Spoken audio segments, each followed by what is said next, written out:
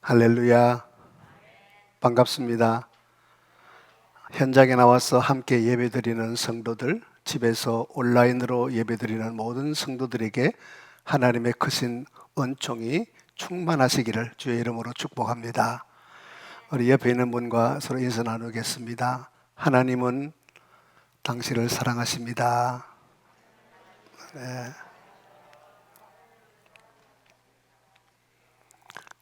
제가 말씀을 위해서 이제 서재에서 기도하고 있는 중에 그런 경험들이 흔치는 않지만 우리 신세계 교회를 위해서 기도하는 중에 예레미야 2장을 읽으라고 하는 말씀을 마음에 이렇게 주셔서 예레미야 2장을 읽고 있었습니다. 거기서 하나님께서 말씀하셨고, 하나님께서 이제 너희들이 멀리 떠나 있고 그리고 무익하게 행했다고 책망하시는 겁니다. 그러면서 내가 다시 너와 싸우고 너희 자손들과 싸우겠다고 하신 9절의 말씀에 성령님께서 감동을 주셔서 하나님은 여전히 나와 우리 자손을 위해서 싸우고 계시는 하나님, 그러면 나는 누구와 싸워야 되나? 그래서 오늘 제목처럼 거짓과 힘써 싸워야겠다 하는 말씀, 오늘 본문을 통해서 이렇게 제목을 잡고 함께 은혜를 나누려고 하는 것입니다. 한번 따라하겠습니다. 거짓과 힘써 싸우자. 세상은 우리가 사는 이 세상에는 진리만 있는 것이 아닙니다. 진리와 함께 거짓도 공존하고 있어요. 진리와 거짓은 떨어져서 멀리서 서로 공격하는 관계가 아니라 진리가 있는 곳에 언제나 거짓도 함께 이제 존재하고 있다는 것을 우리는 알아야 합니다. 여러분, 진리가 무엇일까요? 진리는 헬라어로 알레데이아라고 하는데, 이 단어를 깊이 들어가 보면 거짓이 없다, 거짓이 없는 것이 진리다, 그런 말씀입니다. 그래서 진리에 반대되는 말이 바로 거짓이죠. 우리는 지금 정말 거짓이 홍수처럼 범람하는 그런 시대를 우리가 살아가고 있습니다. 무엇이 거짓인지 무엇이 참인지 분간을 할 수 없는 그런 시대에 살아가고 있어요. 여러분, 거짓이 무엇입니까? 거짓은 진리의 모양을 갖추고 있지만은 진리가 아닌 것이 바로 거짓이죠. 거짓은 진리의 모습을 하고 있기 때문에 거짓을 진리로 착각하고 사는 사람들이 주변에 많습니다. 요한복음 8장 44절의 말씀에 있듯이 사탄의 속성이 뭐냐면 거짓이죠. 처음부터 거짓말을 시작해서 거짓으로 끝나는 것입니다. 그러므로 이 세상에는 지금 사탄이 이 세상을 지배하고 있으면서 진리가 아닌데도 거짓의 옷을 입고 많은 성도들을 유혹하고 미혹하고 있다는 사실을 우리는 기억해야 합니다. 사실 이 생에 거짓도 있고 진리도 있는데, 이 둘 중에 사람의 생각을 이제 생각을 끌게 하는, 또 사람의 생각을 파고 들어와서 사람에게 더 쉬운 말로 이해하면서 다가오는 것이 진리일까요? 아니면 거짓일까요? 의외로 진리보다 거짓이 더 쉽게 인간에게 다가옵니다. 이유는 거짓은 인간의 상식과 생각에 맞게 찾아오기 때문입니다. 지극히 타당하고 보편적인 상식에 맞는 그럴듯한 말로 가까이 오기 때문에 그렇습니다. 그런데 반면에 진리는 인간의 상식과 생각에서 어긋나 보이는 거죠. 그래서 거짓에 빠질 위험에 처하기도 하고 실질적으로 교회 안에서까지 거짓에 빠져서 혼란스럽게 주님을 멀리하고 무익한 일을 행하면서 살아가는 사람들이 있다는 것입니다. 그래서 사람들에게, 우리 성도에게 가장 중요한 것은 뭐냐면 거짓과 진리를 구분하는 분별력이 그 어느 때보다도 이 시대에 필요한데, 여러분 오늘 성령께서 여러분들에게 거짓과 참을, 거짓과 진리를 분별할 수 있는 분별력을 주시게 되기를 주의 이름으로 축복합니다. 사실은 사회뿐만 아니라 교회까지도 이 분별력을 지금 상실하고 있어요. 특히 이 팬데믹이라고 하는 2년 동안의 이 과정을 거치면서 많은 그 세상의 사상들과 이론들과 그런 사람들의 그런 체험들과 이런 것들이 물밀듯이 그냥 혼란스럽게 해서 교회마저도 바로 이런 분별력을 잃어버렸습니다. 무엇가 진리고 무엇가 거짓인지를 분별을 못하게 되어버렸어요. 이것이 교회의 현실이라고 할 수 있습니다. 자, 여러분 성경을 보면은 예수 그리스도는 진리라고 말씀하고 있습니다. 요한복음 14장 6절에 나는 길이요 진리요 생명이라고 말씀하셨어요. 그것뿐만 아니라 하나님의 말씀도 진리라고 말씀하고 있습니다. 요한복음 17장 17절에 하나님 아버지의 말씀은 진리니이다 이렇게 말씀하셨거든요. 그런데 여러분 왜 하나님이 진리가 되시는가요? 바로 하나님은 사랑이시기 때문이고, 또 로마서 12장 9절의 말씀에 보니까 사랑엔 거짓이 없다고 그랬거든요. 하나님이 사랑이라면 하나님에게는 거짓이 없는 것입니다. 히브리서 6장 18절의 말씀을 읽어보니까 하나님은 거짓말할 수 없는 이 두 가지 불변의 사실이라고 그렇게 우리에게 말씀해 주고 있습니다. 하나님은 절대로 거짓말하시는 분도 아니고, 오늘 우리 찬양하실 때도 하나님은 실수하는 분도 아니죠. 그래 하나님은 흠도 없고 점도 없는 그런 완전한 분이시기 때문에 하나님은 진리가 되시는 줄로 믿습니다. 우리 그리스도의 복음, 우리 기독교의 핵심 그리스도의 복음도 사실은 변할 수 없는 진리잖아요. 바로 그런데 이 교회가 이 진리에 흔들리고 있다는 것이죠. 자, 본문 4절을 보니까 교회 안에 가만히 들어온 몇이 있다 그랬습니다. 바로 이것은 어떤 상징적으로 보면은 베드로후서 2장 1절에서 이것이 상징인 것을 알 수 있습니다. 거짓 선지자와 거짓 선생이 멸망하게 할 이단을 끌어들였다고. 그래서 교회 안에 바로 이 이단으로 멸망케 하는 영적인 악한 영, 즉 사탄이 교회 안에서 활개치고 있기 때문에, 그래서 교회 안에서 가만히 들어왔다는 것은 이 사탄을 상징하는 거거든요. 이 사탄이 그냥 우리로 하여금 진리에 흔들리게 해버리는 것입니다. 이게 진리인지 이게 거짓인지 그냥 분간할 수 없도록 사탄이 그냥 그렇게 만들어 놓아버린 것입니다. 그래서 지금 우리가 살아가는 이 시대의 교회들마다 이 영적인 혼란에 빠져가지고 지금 정신이 없는 것 같아요. 거짓과 진리가 막 뒤바뀌어 버렸어요.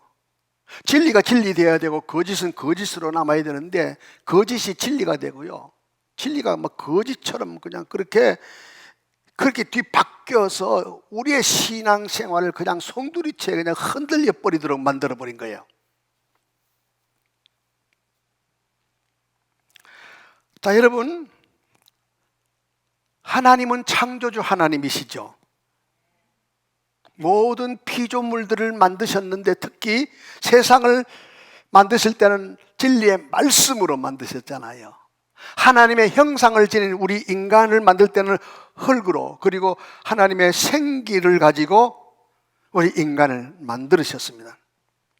왜 세상을 만들고 왜 하나님의 형상인 우리 인간을 만들었을까요? 하나님의 창조의 목적이 분명합니다. 그것은 하나님이 영광을 받으시기 위함입니다.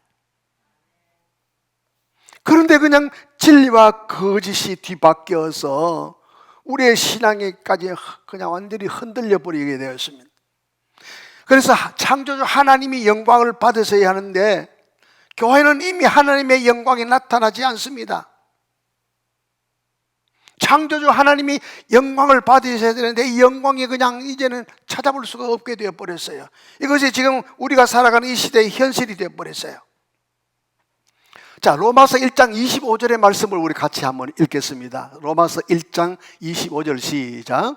이는 그들이 하나님의 진리를 거짓 것으로 바꾸어 피조물을 조물주보다 더 경배하고 섬김이라.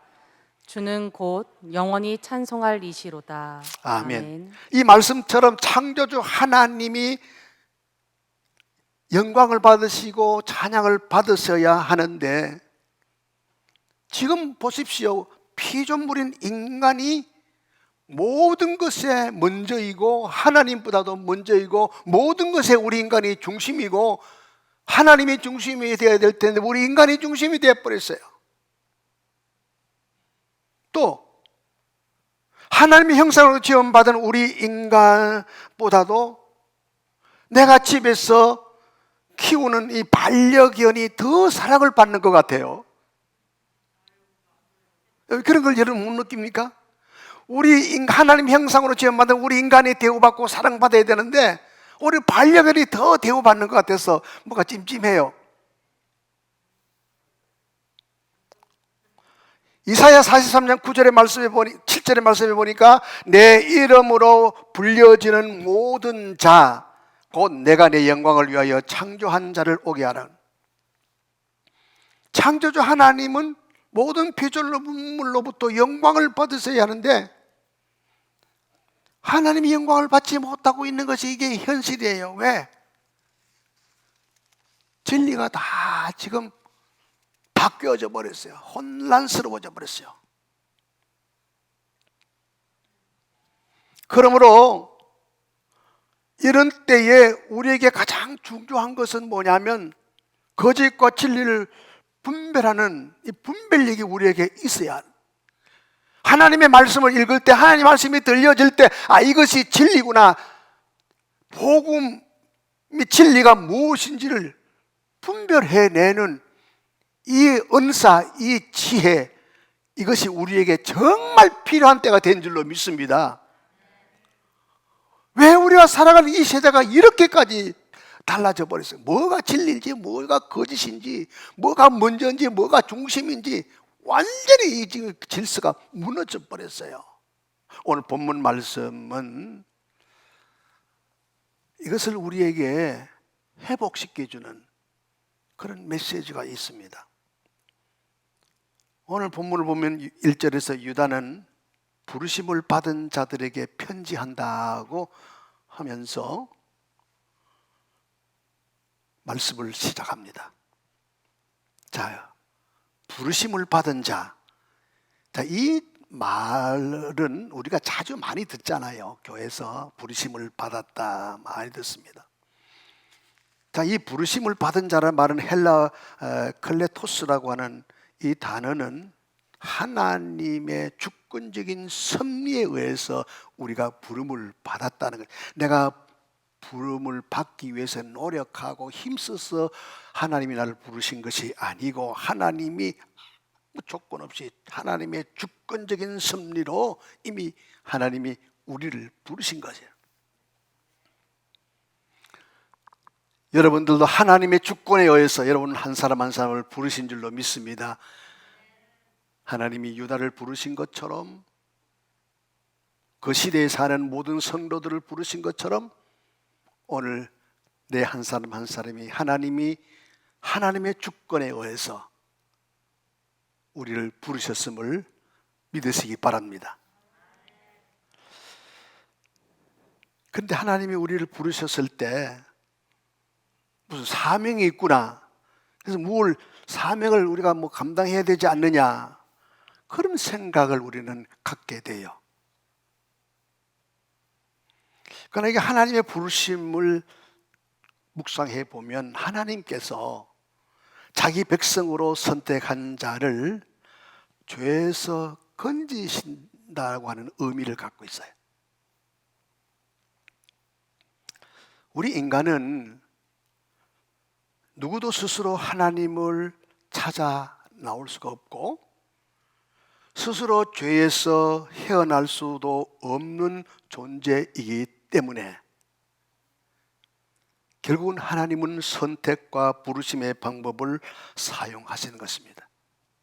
그래서 하나님의 주권적인 그런 권위로 계획하신 대로 우리를 선택하여 불러내셔서 그래서 여러분들이 여기 자리에 앉아 있는 거예요. 그런데 공통점이 뭐냐? 바로 그것은 하나님의 부르심의 진리는 반드시 인간의 어떤 노력도 인간의 어떤 힘도 공로가 개입되지 않았다는 거예요. 다시 말하면 인간에게서 나오는 그 어떤 것도 하나님의 부르심에 무슨 도움이 된다거나 하나님이 뭐 참고하신다거나 그런 것이 아니라는 거예요. 자, 그렇다면 하나님이 일방적으로 주권적인 권위로 우리를 부르셨고 우리 인간의 입장에서 보면 우리의 어떤 행위로도 하나님의 부르심에 도움을 준 것이 아니라고 한다면 우리는 하나님 앞에서 우리 인간의 신앙적인 행위, 예배나 기도나 헌금이나 봉사나 헌신하는 이 모든 것들은 우리는 하나님이 인정해 주셨으면 하고 그렇게 기대하겠지만 하나님은 그런 것을 보지 아니하시고 하나님의 부름에는 바로 우리를 보시는 것이 있어요.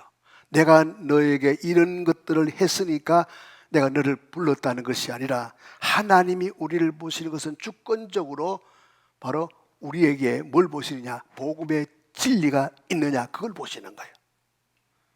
여러분들은 모두가 다 이 자리에 부름받고 나왔죠?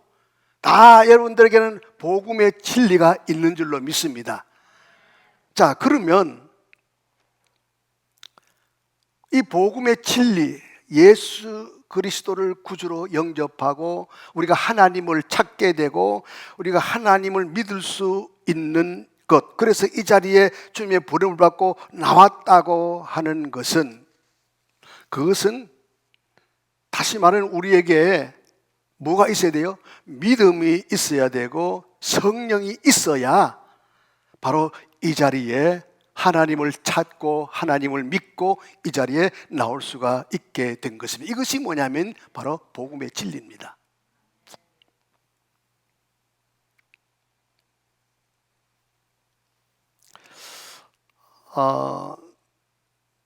정말 그렇기 때문에 우리가 여기서 한 가지 분명한 것은 만약에 하나님께서 이런 의심이 있을 수가 생각할 수가 있겠죠. 사람의 어떤 이러한 그 행위들로 인해서 우리 인간이 할 수 있는 어떤 그 신앙적인 어떤 행위들로 인해서 예배나 기도나 봉사나 헌신들로 인해서 만약에 내가 진리가 될 수가 있다거나 구원을 위해서 어떤 공로가 될 수가 있다면 우리의 열심, 우리의 행위로 하나님을 찾을 수도 있고 하나님을 믿을 수가 있어야 되지 않겠습니까? 그런데 하나님은 우리를 부르시고 유다를 부르시고 모든 사도들을 하나님께서 부르실 필요가 없잖아요. 하나님의 부르심에 우리가 응답할 수 없는 존재임을 우리는 압니다. 따라서 하나님의 부르심에 응답하기 위해서 우리에게 필요한 것이 바로 믿음과 성령인데, 그래서 여러분들이 복음, 하나님이 보시는 복음의 진리를 가졌다는 것은 그냥 가진 것이 아니라 하나님이 주신 믿음, 하나님이 주신 성령에 의해서 이 복음의 진리를 여러분들이 간직하고 있는 것을 믿으시기 바랍니다. 그리고 하나님의 부르심을 받은 자, 이 유다가 그렇게 표현을 했는데, 그러면서 뭐라고 말씀합니까? 하나님 아버지 안에서 사랑을 얻었다라는 거죠. 부르심을 받은 자는 하나님 안에서 사랑을 얻었다고 말씀하고 있습니다. 하나님이 부르실 때 이미 우리는 하나님의 사랑을 얻은 자입니다. 로마서 11장을 읽어보면은 거기에는 하나님이 구약시대에 하나님 자신을 위해서 미리 정하신 하나님의 백성들이 있는데 그 7,000명을 하나님께서 남겨두셨다고 그랬어요. 마찬가지로 신약시대 지금도 하나님은 행위를 보지 아니하시고 오직 은혜로 택하심을 입은 자, 바로 그 은혜를 입은 자가 생명을 얻는다라고 말씀하고 있어요. 자, 우리는 살아오면서 세상의 어떤 상식에 익숙해 있습니다. 하나님을 믿기는 믿는데 좀 더 잘 믿어야지. 또 열심히 믿으면은 복을 받겠지.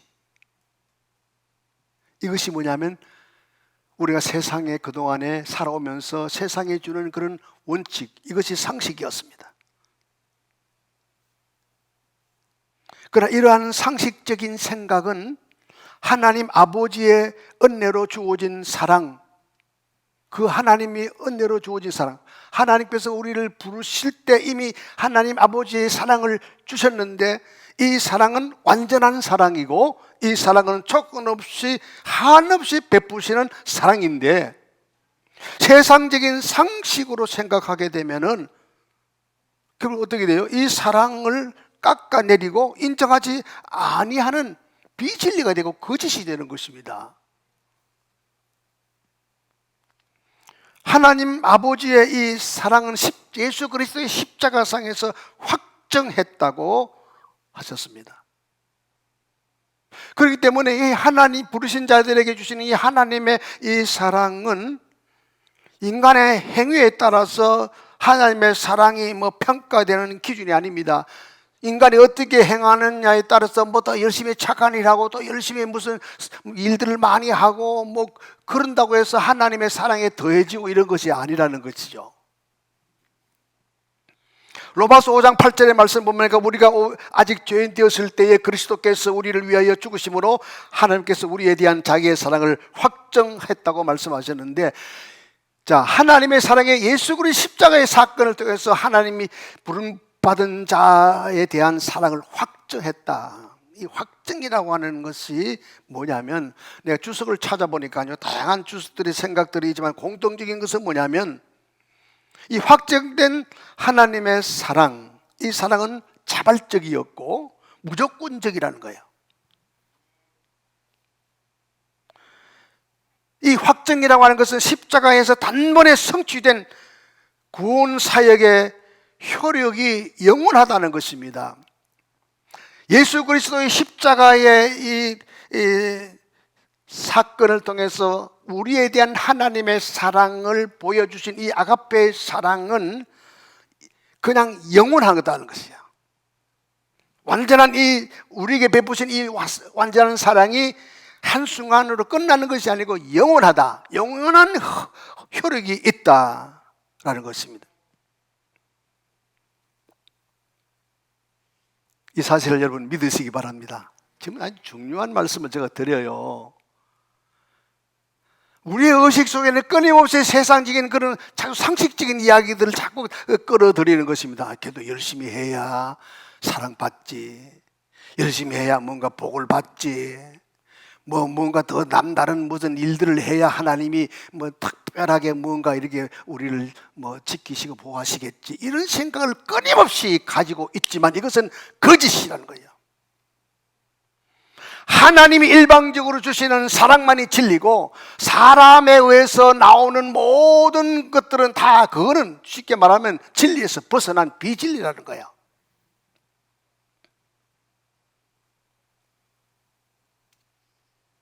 이미 십자가의 사건을 통해서 영원한 효력을 지닌 하나님께서 자신의 그 아가페 완전한 사랑을 우리에게 주셨습니다. 영원합니다. 누구도 이 사랑을 제하거나 보태거나 할 필요가 없이 완벽한 사랑을 우리에게 주셨습니다. 이게 진리입니다. 진리.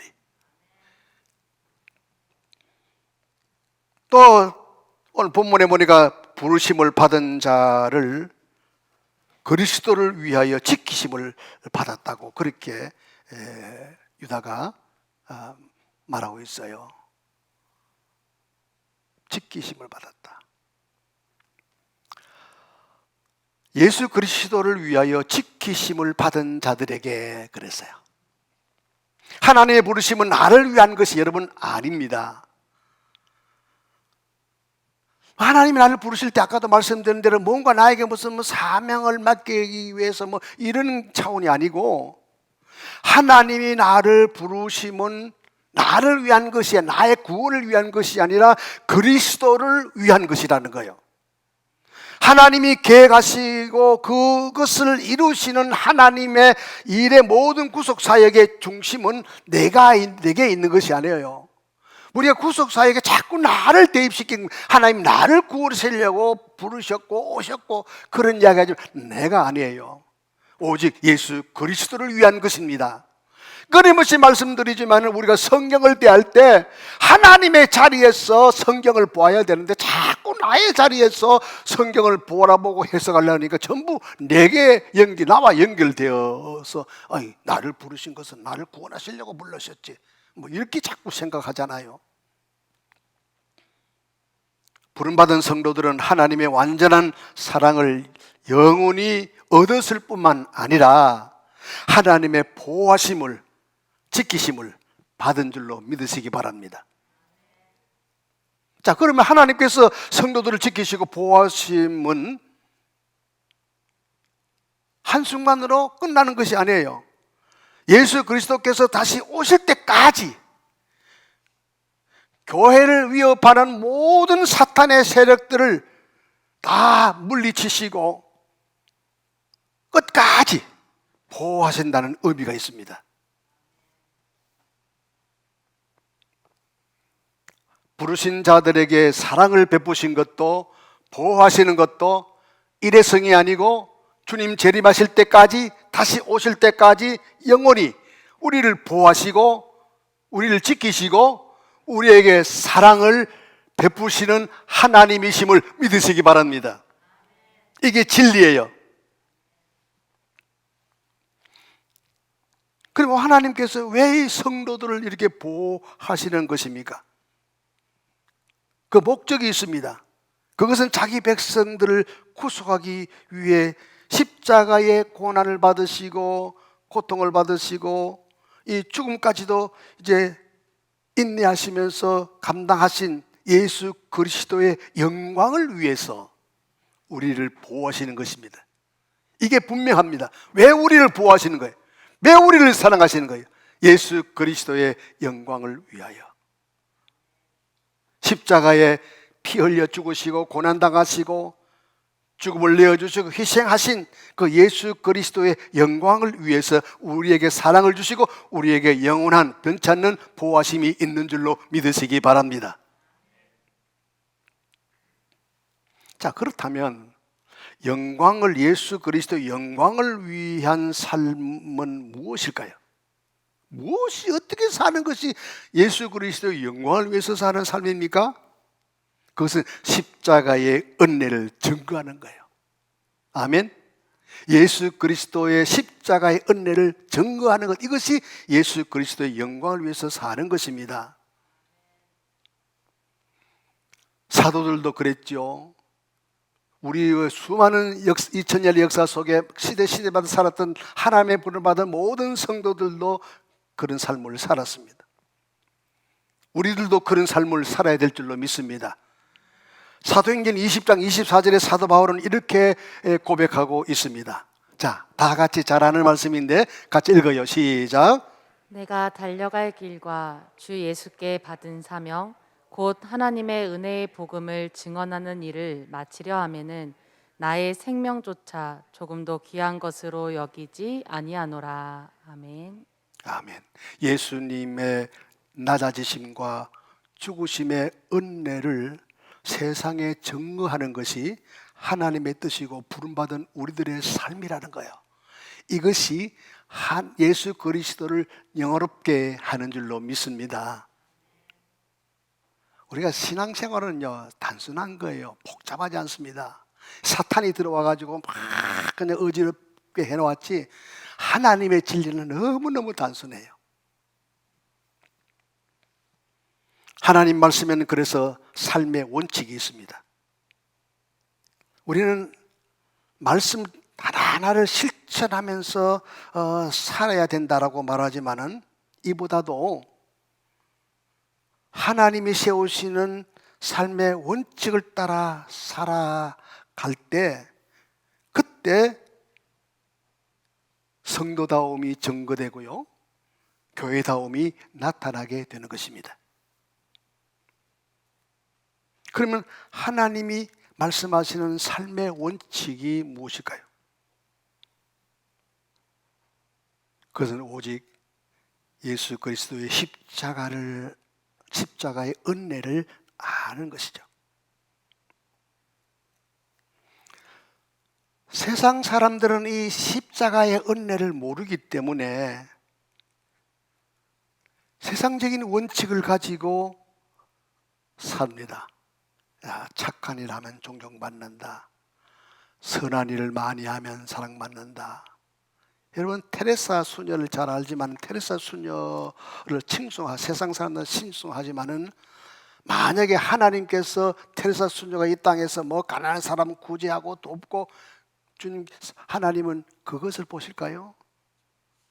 만약에 테레사의 삶 속에 예수 그리스도에 대한 십자가의 그 은혜로 그 은혜를 증거하면서 살지 않고 단순히 뭐 구제하고 착한 일 했다면 하나님은 테레사를 온전하게 받아들일 수가 없죠.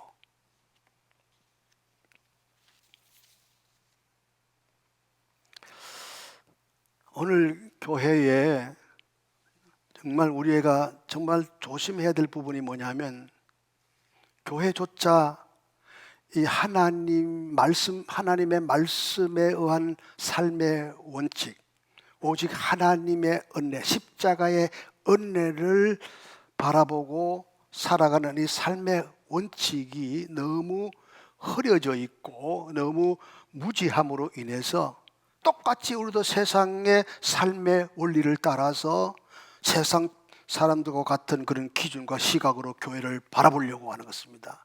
자, 그러다 보니까 하나님 말씀하시는 삶의 원칙인 십자가의 은혜를 소홀히 하고요. 교회가 있고 그 안에 많은 사람들이 모여 있습니다. 그리고 세상이 인정하는 착한 일 많이 하고 그러면 스스로 만족하는 거죠. 뭐 이웃에게 구제하고 뭐 이웃을 위해서 열심히 무슨 일을 하고 환경운동도 하고 무슨 문화사업도 열심히 벌리고 그래서 이런 것들을 통해서 사회적인 관심을 받고 사회로부터 인정받기 위해서 애를 쓰는 모습. 제가 늘 말씀드리지만 구제하지 말라는 것은 이웃을 섬기지 말라는 뜻이 아닙니다. 오히려 문제는 뭐냐면 이런 것들을 세상의 어떤 상식적인 원칙, 삶의 원칙들을 이용해서 교회다움을 증거하려고 그리스도인다움을 증거하려고 하는 이것은 진리가 아니라는 거죠. 이거는 뭐냐면 거짓이라는 거예요.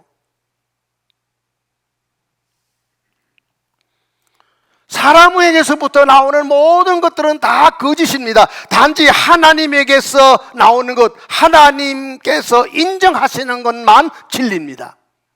세상의 원리를 따라서 세상의 상식을 따라서 야 착한 일 많이 했네, 무슨 뭐 일을 많이 했네, 야 저 사람은 복 줘야 되지 않나, 더 잘 되어야 되지 않냐, 그런 세상적인 일반적인 상식이고, 그러나 세상에서 나오는 그 모든 것은 주님이 보실 때 진리가 아니라는 것입니다. 하나님께로 나오는 것만, 하나님이 인정하시는 것만, 그것이 진리라는 것을 믿으시기 바랍니다. 자, 오늘 3절 말씀을 좀 들여다보면 일반으로 받은 구원이라고 말씀해요. 일반으로 받은 구원이라고 그래서 이 의미는 누구나 다 받는 구원이 아니라 차별이 없는 구원이라는 말입니다. 여러분, 구원을 받기 위해서는, 사랑을 받기 위해서는, 무슨 보호를 받기 위해서는 뭐 세상에 무슨 지위, 신분, 행함, 열심 이런 건 전혀 상관이 없다라는 것이지요. 일반으로 받은 구원이라고 하는 말은 뭐냐면 이런 것들은 전혀 상관없이 하나님이 주신 그냥 구원의 은혜, 하나님의 주권을 가지고 구원을 완성한 은혜, 그걸 말하는 거예요.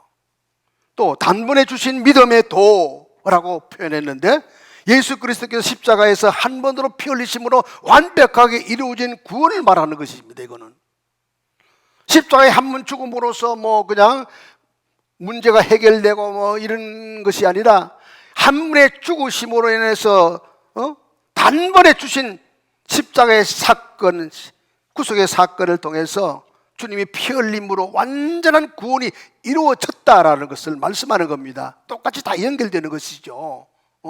일반으로 구원받은 것이나 단번에 주신 믿음의 도나, 이것의 핵심은 뭐냐? 이 핵심은 바로 하나님께서 십자가의 구속의 사건을 통해서 완전한 구원이 이루어졌다, 완벽하게 구원이 이루어졌고 완벽하게 너를 사랑했고 완벽하게 너를 끝까지 책임지고 보호하고 지킨다라는 말씀인 줄로 믿습니다. 이게 진리예요. 이 진리가 너무 중요하기 때문에 세상에서 가만히 몰래 들어오는 약간 사탄이 그냥 깔부리듯이 온갖 이론과 상식과 온갖 세상의 원칙들을 교회 안으로 가지고 들어와가지고 아주 그냥 혼란스럽게 만들어버려서 진리와 거짓이 그냥 분간이 할 수 없는, 그러므로 이 구원의 진리는 너무 단순한데 하나님이 우리를 일방적으로 완전히 사랑하셨고 십자가의 사건을 통해서 우리를 완전히 끝까지 완전히 보호하시고 지키시는데, 이 진리를 너무 단순하기 때문에 이걸 그냥 받아들이지 않고 자꾸 세상적인 이론들, 사상들을 다 끌어들여 와가지고 혼란스럽게 되어버려서, 그래서 이 구원의 진리가 너무 중요하므로 오늘 본문에서는 힘써 싸우라고 말씀하는 것이 뭐와? 이 거짓과 힘써 싸우라는 것입니다. 우리가 싸워야 될 것은 뭐냐? 이 거짓과 싸워야 될 줄로 믿습니다.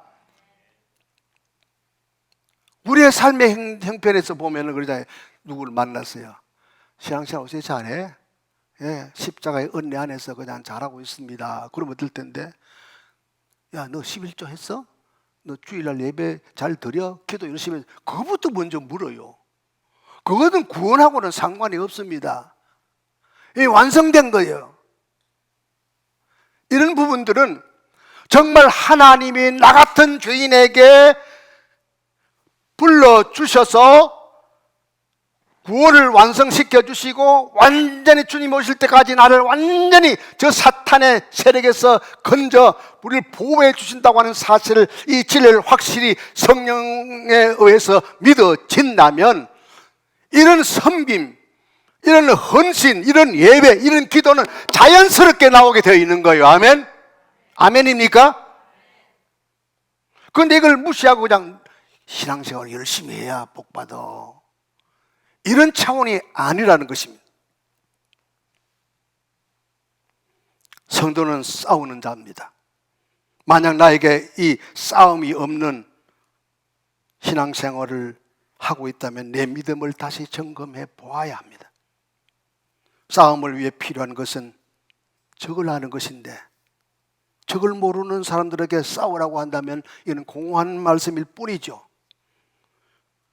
디모데전서 6장 12절에 보니까 사도 바울은 디모데를 향해서 이렇게 권면하고 있습니다.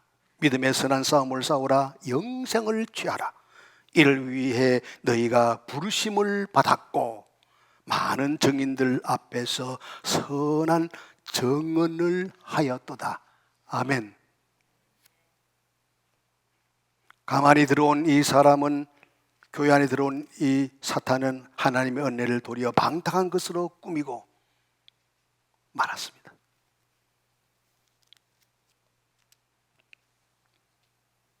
하나님이 주신 이 놀라운 은혜는, 구속의 은혜는 우리의 욕심을 채우는 도구가 결코 아닙니다.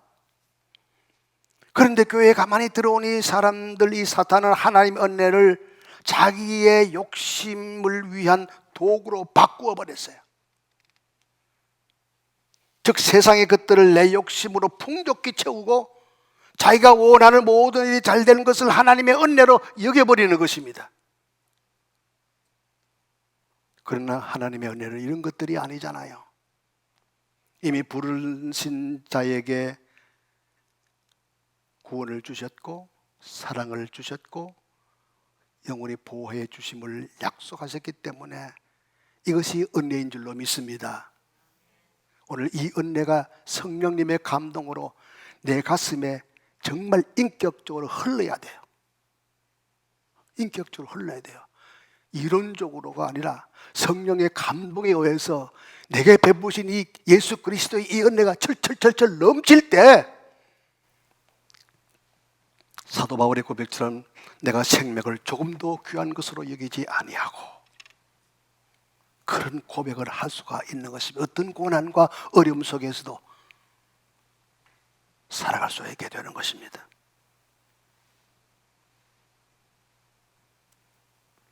요한복음 18장 37절에는 예수께서 나는 진리에 대하여 증언하시려고 세상에 오셨다라고 말씀하십니다. 그리고 진리에 속한 자는 내 음성을 듣는다라고 말씀하고 있는 것입니다.